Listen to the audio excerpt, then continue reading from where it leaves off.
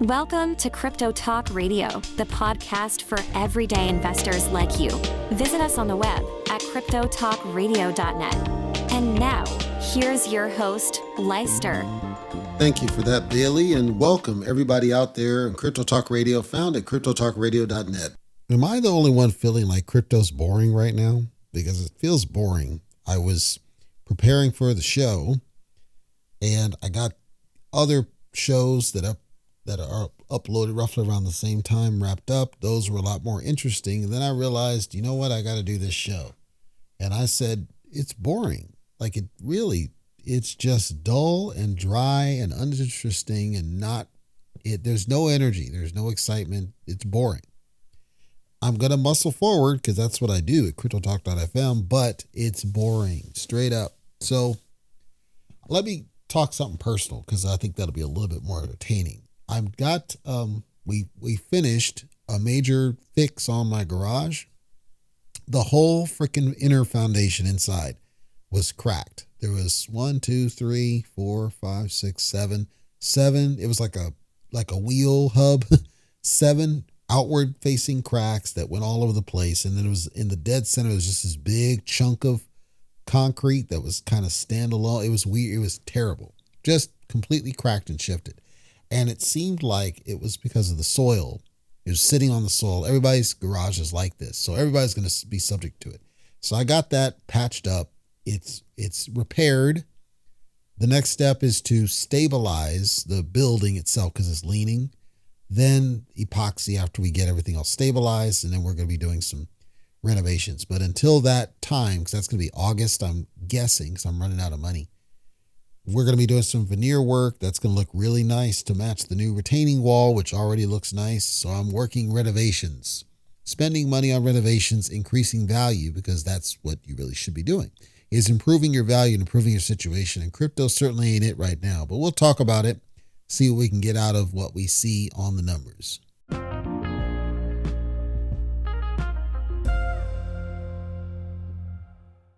Coindesk.com, and we're going to zoom out to the month chart for Bitcoin, since Bitcoin currently looks a little bit better ever slightly than it did before. A low of just shy of 108 grand, a high of 109 grand, currently trending upwards about 109-ish grand with an upward trend. I wouldn't say it's a strong upward.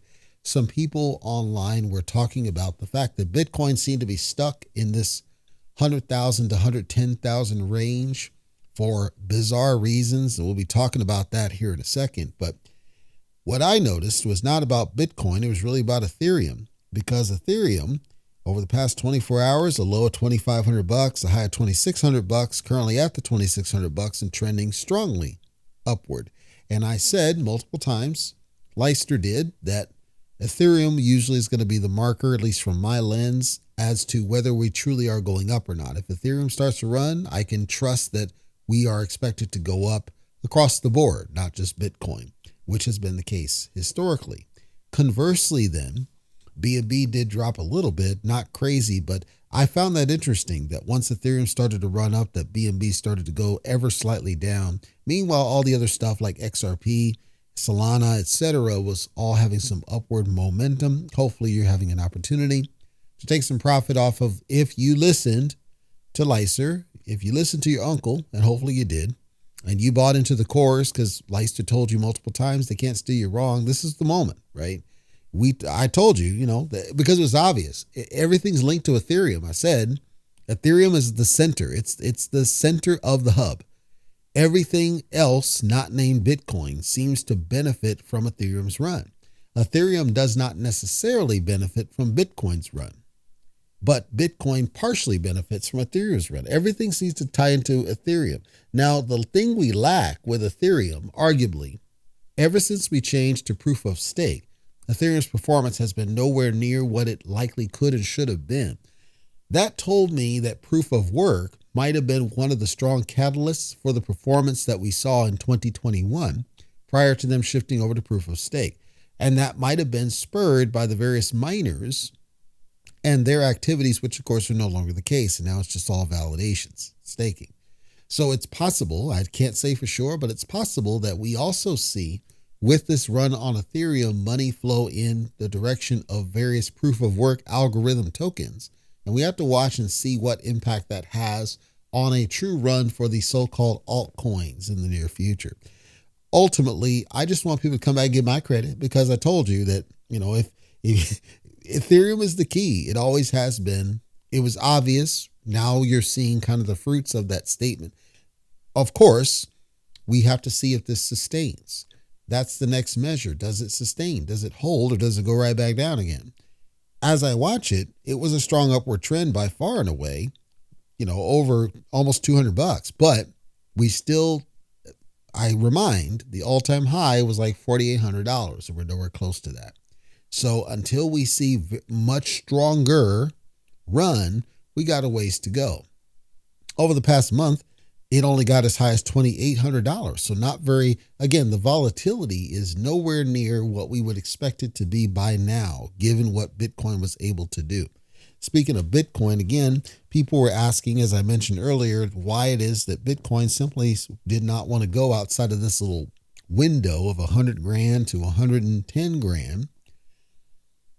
Obviously, there's a lot of different inflows for Bitcoin outside of regular spot trading and regular options trading, etc. But a lot of these questions are now starting to hit a fever pitch to try to understand what's going on with the price and the price changes and everything else.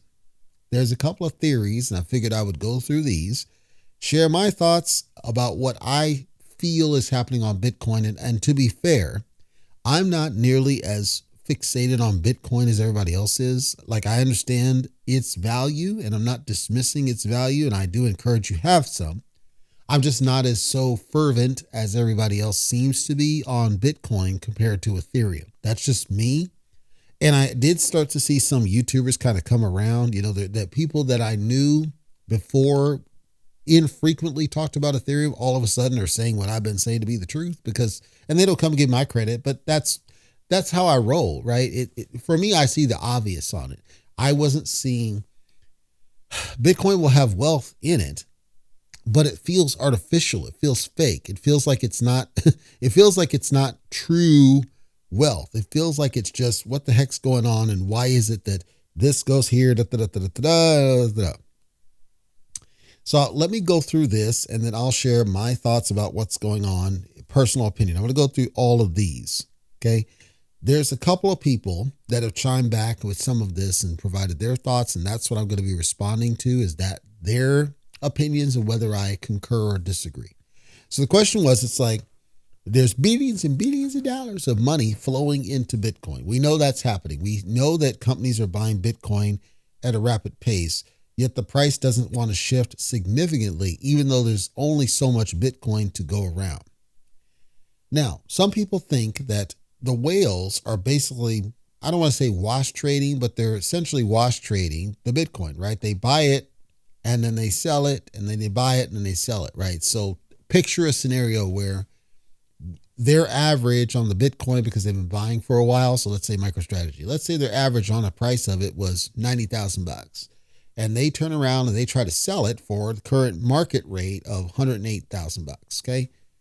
That's a significant profit per, and then you sell millions and millions, right? So the theory is that maybe what some of them are doing is that they bought at so cheap, and now they're basically selling off at market rate and taking the profit and going. That would then cause the price not to move if they're indeed selling it at market rate. So there's a strong theory that some of these whales that are scooping up might be in that category. Now, the counter to this, and this is something I want you to be thinking about, part of the problem with looking at these articles that tell you this company just bought 500 Bitcoin and all that, part of the problem with that is that by the time you see that article, it might have been months or years when they made that transaction. It might have been a long time ago, and they're doing it now to trigger FOMO more than anything else. We know that's got to be the case because we see a lot of times the inflows on the non-institutionals seem to increase with all of these different articles, but we know that a lot of these companies have already committed whatever they were going to commit to those purchases. Like, you could have one where they bought like 1,000 of it, 1,000 Bitcoin, and then they trickle out news because they paid for it or whatever. or somebody got an inside scoop that was leaked, quote unquote. Yeah, we just bought 200 Bitcoin here and 200 Bitcoin here, right? And 500 Bitcoin here and 100 Bitcoin here. It's all the same transaction, right? But it gives the impression of frequency of purchase that's not real. It's fake, designed to pump your impression about what's happening and cause you to FOMO. I can't prove that's what's happening, but it would make logical sense because there's too many of these articles that come out talking about these companies buying significant amounts of Bitcoin all around the same time. We didn't see anywhere near this many announcements back in 2021 when Bitcoin was running up like crazy. So what changed? We certainly didn't see it with the FTX that, when it was crashing, right? And it went down as far as $12,000. We didn't see that these companies were scooping these major dips. So what changed? But is it possible that those companies actually did buy significant during that time? So their average is significantly lower, and thus the purchases that they're talking about now happened a long time ago. That's what I think might be more strongly the case. I can't say that's the case, but that's what I think is really happening. The other thing I thought about with this statement was the retail, the regular layman traders that are out there. The amount that they're buying is dwindling, in my opinion. I do see people buying, but I'm saying it's dwindling compared to what it was. And most of the purchases are the wealthier. I called out in an older episode the fact that most younger people have a faulty notion of price. They're expecting to be able to buy one Bitcoin. They don't realize that you don't really have a price target or price cap, that you can just put as much money as you have into it and it will have value just like anything else. And you're not beholden to own just one. So they see a price of $108,000 and it might cause them to back off. And then they go to some garbage token, right? Where you can get 1 million of it for $10 or something. That's also possible that some of those are sitting on the sidelines waiting for the so-called altcoin season. And the money is actually flowing away from Bitcoin that would cause the price movement. It just so happens that right now, because of oversold, in my opinion, Bitcoin, it's kind of a bubble. That's why I said I felt like it was fake. It felt like it's not real and that it's going to crash back down. I can't say that it will, but it feels like it from my lens. So then this person, Sightbringer is on X, and he does, he's underscore the prophet underscore, and he does a lot of reading of signals, reading of charts, and reading of all this. And he looks deeper than just, hey, the chart's going up and, the MACD is this. He does a lot deeper dive. And I think he does a good job, but I wanted to talk through some of the bullets that he made because in my opinion, I think he's good in a lot of this, but some of it I wanted to clarify for people. The first he talked about was about ETFs. I said that the ETFs, in my opinion, were going to be the strongest point of access for these for the layman investor because they are insulated from the inherent risk of holding the underlying asset, number one.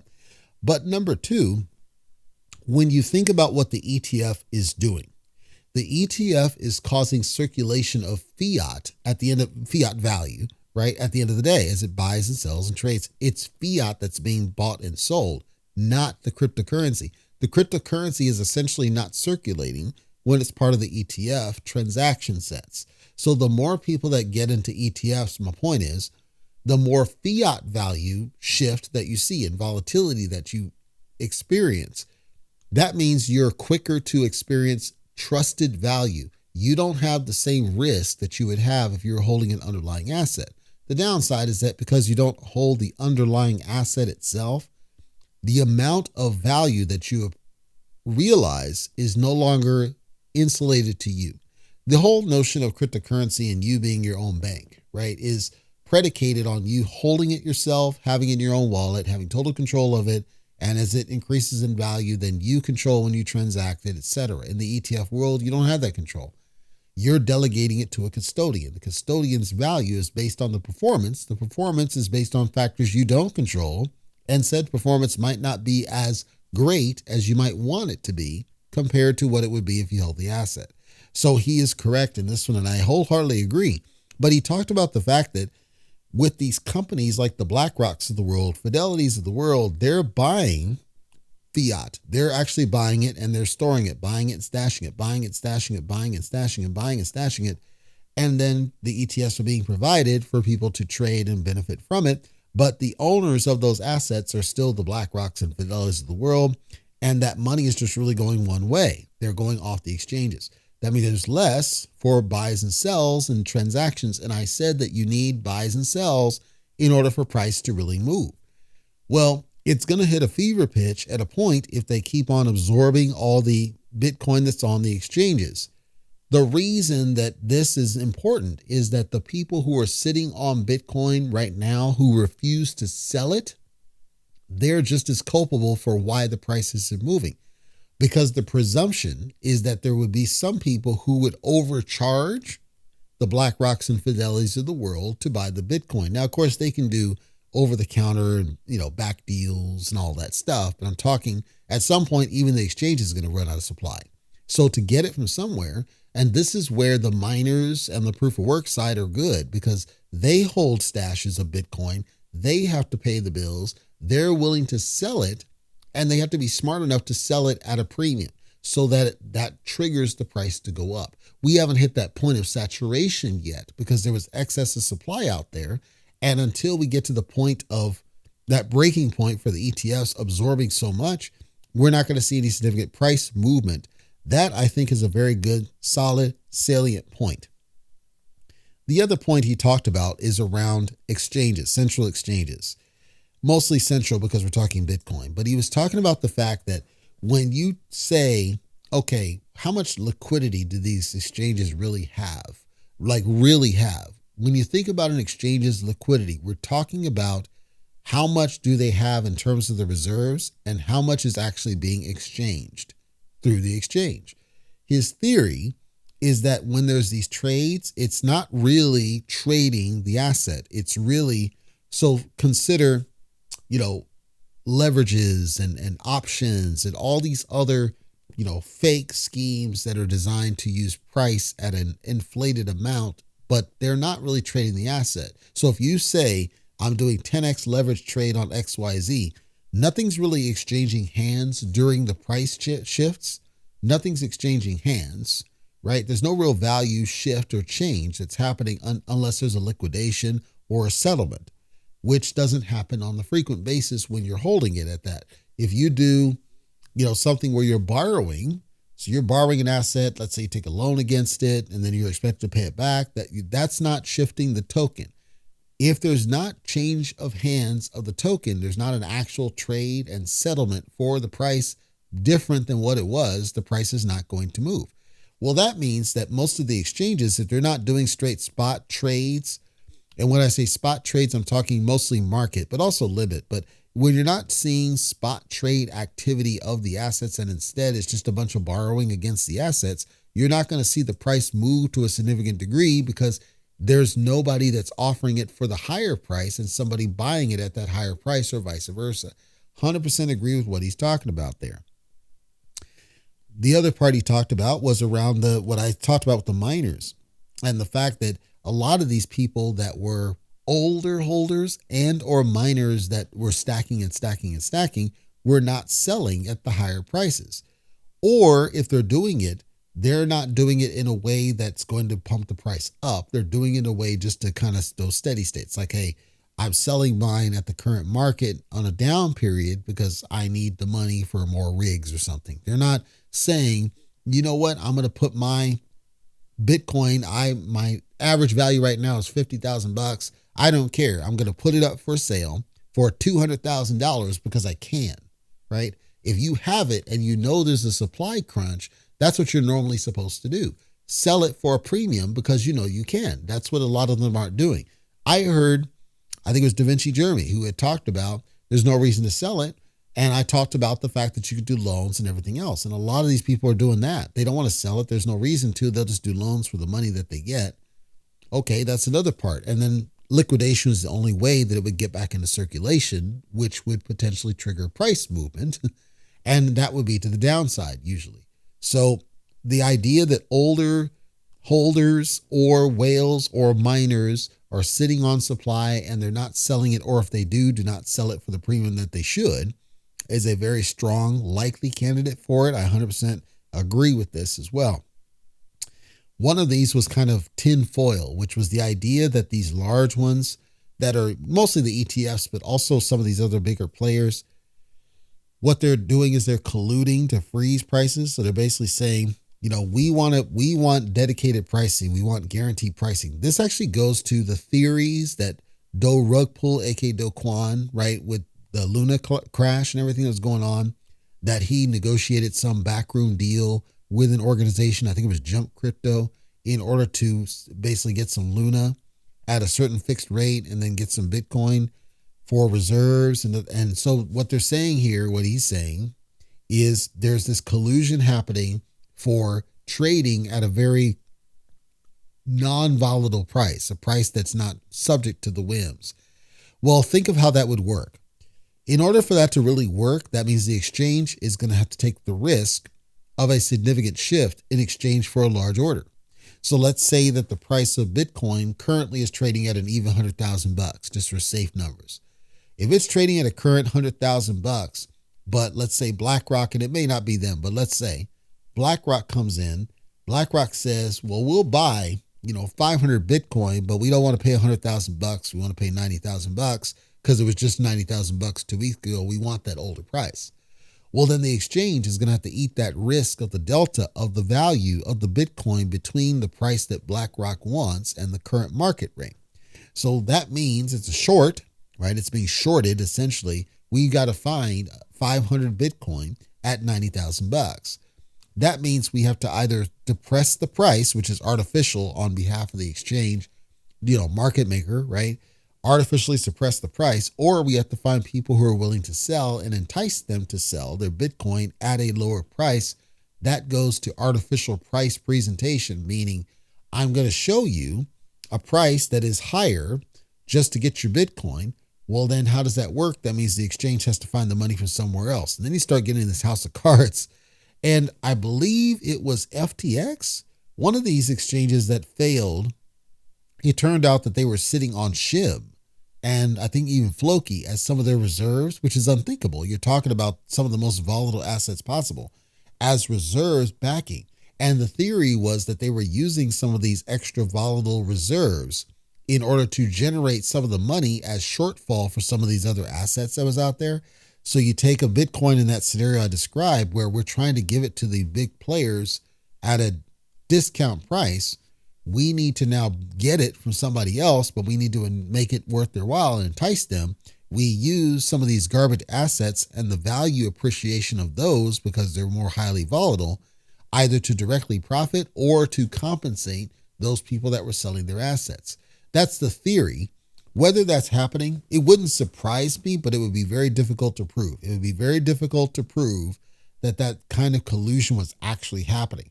What would be easy to prove would be, let's say that there was some sort of programmatic integration, so code that was written between these big players and these exchanges, where they know right down to the second when the price hits a certain point, which you don't.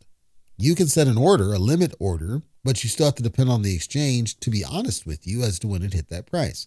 But if they're tied directly to the order books, I'm talking like the BlackRocks of the world, they know right at the moment that it hits that price, and they can initially do a trade at the price. Let's say it's a limit order or a stop order for that price long before it's going to hit it. So they can see, okay, it's trending in that direction. We can put in an order now. And then once it hits it, go ahead and fulfill the order. But because they're integrated, they're keeping tabs on it. They can instantly fulfill the order, which you cannot do. So that's another. Is that illegal? No, that's perfectly allowed. We do that now. Fidelity does that. So is that possibly happening? It would not surprise me to see that would be the case. The other part, and this one is an interesting thing. He gave, and I'll call this a tinfoil, but he basically gave something for people to think about. He gave something that said something to the effect of, the reason that we're not seeing any price movement is because it's not supposed to. Because if we allow it to do significant moves, there's an ability to suppress it again. So I have my own opinion I'll get to in a second, but basically it's saying, okay, this might be this artificial depression to hold it back long enough for accumulation, right? The big players are purposely suppressing the price through their own machinations so that they can stack enough of it such that when it shoots off like a rocket, it's never going to come back down again. Now, my theory on that, the problem is with that is we know that Bitcoin largely follows a 4-year cycle, has done. So is it possible that it happens that way? It's possible. I don't think that it's to a point like now is the point where it's never going to come back again. I don't agree with that. I think the only time we could get to where that kind of skyrocket effect would ever happen would be you'd have to have less retail than institutions. Right now, retail is roughly half the supply, if I recall. You got a little bit that Satoshi allegedly holds. We don't know what happens. We don't know what happened with Satoshi. Could be Satoshi spins back up again, cashes it out. I think last I saw it was like $120 billion worth of tokens. And then there's a sell-off. There's all sorts of catalysts, negative catalysts that could occur that would change what this is saying. But I'm intrigued by what it's implying. I just don't know that I agree with it. But it's implying this idea that, okay, well, we shouldn't necessarily worry so much about why it's not moving. We should really be thinking about who is it that's making sure it's not moving? And what do they know? Well, that's kind of tinfoil because the basics of price movement have never changed. And Bitcoin is not insulated from the basics of price movement. The basics of price movement is very simple. There's demand for an asset and there's supply for an asset. It's that simple. Now, we could argue nobody's offering their Bitcoin up for sale at a premium. Well, why are they not doing that? Because they are being told by news articles like these that Bitcoin's going to shoot up to $1 million. We're being told that this person's prediction is that Bitcoin's about to hit $300,000 by the end of the year. We've heard these narratives, these statements made for years, and it's never panned out. I'm not suggesting that it's a done deal and it's dead or none of that. I'm saying that a lot of this is smoke. That doesn't mean you shouldn't hold some Bitcoin.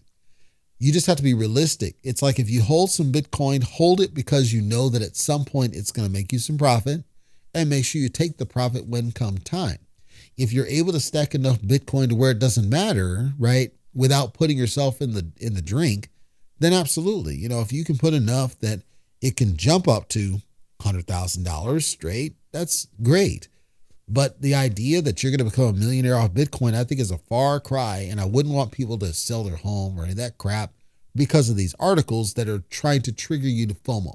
And I think that's what he's getting at is, well, think of all these people that are doing it, and they might be sitting off in a room and suppressing the Bitcoin, or it's just that nature of supply and demand.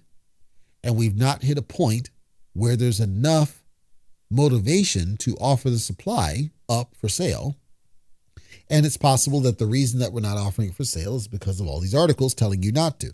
That's entirely possible. And at some point, though, it's going to hit a breaking. The mining companies, they got to make some money. They got to get some money because they got to pay those bills, especially if the electrical goes up. They're going to have to sell. Do they sell at a premium is the question. That's the only question. That's what they should do. Maybe the miners are waiting for capacity crunch. Maybe they're waiting for the exchanges to completely run out, where now the miners hold all the cards and they would trigger a price appreciation. Maybe, but let's say they do. If they do, there's going to be people that sell because once it hits certain point, it's just the nature of finance. Once it hits a certain price point, they're going to sell it. So let's say somebody's sitting on one Bitcoin right now. It's worth $100,000 and it goes to $500,000. They have a strong probability of selling. Because they realize, well, geez, I put my whole life savings all to make money, right? And then now it's 5X and $500,000 and it's life-changing money. The temptation is too great. We're putting too much trust in people's ability to just hold on to assets. I don't buy that theory. Maybe I get it wrong, but I think we're at a point where people will sell. So I think we're going to still have that cyclical wave up and down. But I do think that over time, to me, you're talking like 2030, 2040 before you start seeing significant numbers. That's where I'm at. But I'm a conservative type of person in that regard. So that's how I perceive, I love what the person said. I agree with most of what they're talking about. I don't buy the tinfoil too much. I do think there's just some basic fundamentals as to what's going on, which is supply and demand is kind of off rocker. And until we get to more supply being made at a premium, we're not going to see significant price movement, and that's okay. It doesn't mean you shouldn't hold Bitcoin. Nothing's changed, right? I still think you should hold some because we will see some price appreciation. How long you hold it really goes to your tolerance of risk. I'm going to close up because, I'm pretty much good for the episode, but I wanted to make a real quick follow-up comment because I'm not doing a swag on BlockDAG that rhymes, but I want to make a follow-up comment about BlockDAG because there was something that was spinning around recently in that Voss coin. He said it too, and it's now the Binance stuff talked about it. A whole bunch of people talked about it. So BlockDAG allegedly used to be called Euler Network, EULER Network. And Binance stuff did a really good video where he covered about the fact that the logo, the little spinning cube, is the same thing. And somebody else chimed in and said that in the Discord, the BlockDAG team would acknowledge that, yes, it was a rebrand of Euler Network, but they would never admit it publicly. I just wanted to share my thoughts about it, having done a little bit of digging on the Euler Network. Most of the information that was there is gone. But here's my thoughts on this one. Part of the problem with when you do an initial brand, and the Euler Network, it did a pre-sale, and I think they got to like $9 million or something really low. Part of the problem with some of these launches is you do a launch, you have all the great ideas in the world, you think it's going to be something, and you realize that either because of something you learned, something you saw, something you heard, that this isn't going to work. From what I understood, the Euler Network never gave the money back to the people that bought in on that pre-sale. That's what I was given to understand. I don't know for sure. If somebody knows, hit us up. CryptoTalk.fm, hit the comments. But what I was told is that the people never got the money back. What I don't know is what people were told at the time. Were they, because, chances are it was telescam or something. Were people told, okay, this is what we're going to do. This is our next plan, that we're going to rebrand. Were they told any of that stuff? Because if they were told the Euler, when it was Euler, this is 2023, I believe it was. If they were told in whatever forum that, yes, we are going to rebrand and it's going to be BlockDAG and you're going to keep your tokens that you bought, it's just going to be on the BlockDAG side, I don't have a problem with the rebrand. If people were not told that was happening and they just disappeared and then showed up again as BlockDAG, that would be a problem. Somebody on Binance Stuff's channel gave the impression that there was some New Year's something, like a raffle or something that BlockDAG did, and they never got any kind of tokens or payout or anything else. So there's a lot of that. There's a lot of this, again, talks about funds lockup. I talked about the biggest risk I saw was funds lockup. If funds lockup occurred, but when it changed from Euler to BlockDAG with no disclosure about what was going on, that would be a problem. If they were told, then I can't hold that against them, because a lot of projects do that. They just, okay, we started a thing and we got it wrong. Look at Phantom, right? Phantom, it launched and it did what it was doing, and I thought it was reasonably fine. I thought the DApp was garbage, but it was reasonably fine. And then they turned into this Sonic garbage. Maker DAO, the Maker, and then they're going to change to some garbage or whatever. It happens all the time. I can't really hold that against them, because I want to say, if they told people this is what we're going to do and they told what was going to happen to the money, it's fine. That's the only question I would ask then. Did they tell people that they did what happened to the money? If they didn't tell people and they rolled the money into BlockDAG without telling them, that would be a problem, because that's it's a Ponzi scheme. So I am not going to hold just the fact that they rebranded against them. It really goes down to what were people told from the Euler Network to this business over here. That's the real means test. And I'd love to hear from people, if somebody was in the eco, about what happened when it was Euler. If you were in Euler, what happened? What did they tell you? What was the story at that time? Because all that information appears to be gone. I'm not going to telescam. Beyond that, it's kind of wait and see. And we'll have to, I don't think they said August or something. I'd be skeptical if something happens in August. I think they'll announce something in August.